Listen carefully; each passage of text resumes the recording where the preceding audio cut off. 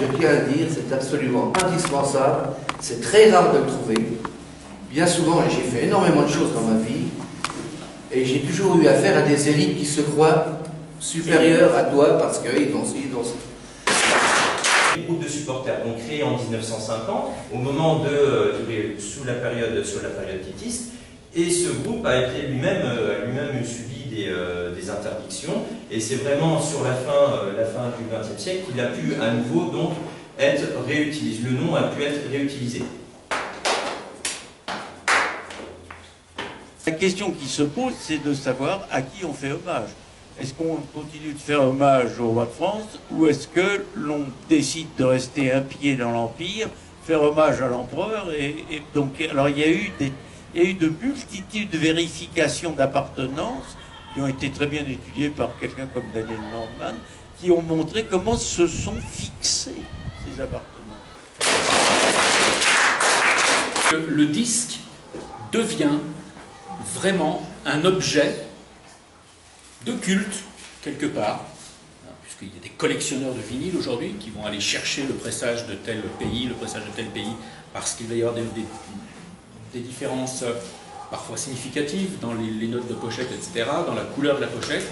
Et donc on va faire de cet objet un objet mythique au sens où l'on entend Roland Barthes aussi.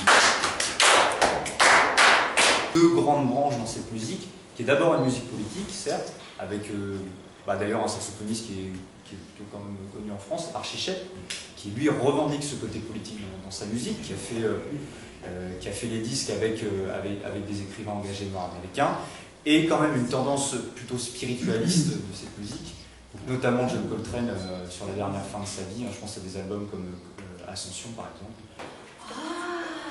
En France, il y a eu des reportages, il y a eu des articles sur le réveil de la société civile, parce que depuis l'arrivée au pouvoir de cette équipe, les manifestations et toutes sortes de démonstrations, enfin pas de démonstrations, mais de protestations, pardon, je cherche le mot, se sont multipliées et c'est vrai, et il y a une mobilisation de la société civile.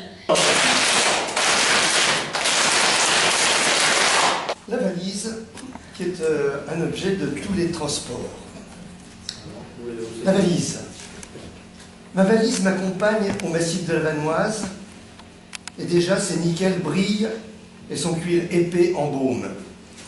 Je l'empaume, je lui flatte le dos, l'encolure et le plat, car ce coffre comme un livre plein d'un trésor de plis blancs, ma vêture singulière, ma lecture familière, et mon plus simple attirail, oui, ce coffre, comme un livre, est aussi comme un cheval, fidèle contre mes jambes, que je selle, je harnache, pose sur un petit banc, selle et bride et sangle, ou désangle dans la chambre de l'hôtel proverbial.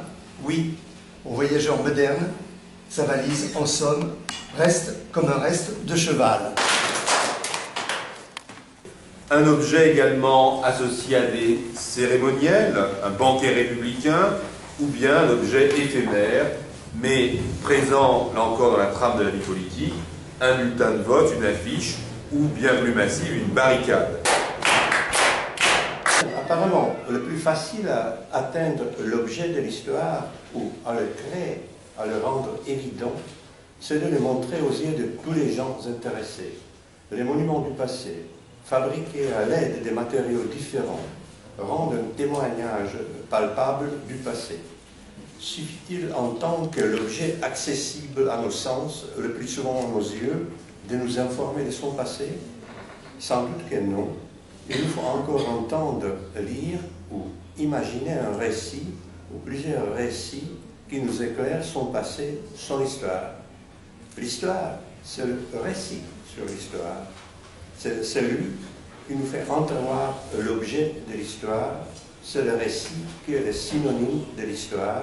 C'est lui qui est l'histoire elle-même. Il y a aussi la fonction pratique de la batterie de cuisine, qu'on oublie dans les musées et qu'on finit par oublier aussi quand on regarde toutes les planches des différentes encyclopédies. Et moi, je suis passé par la littérature.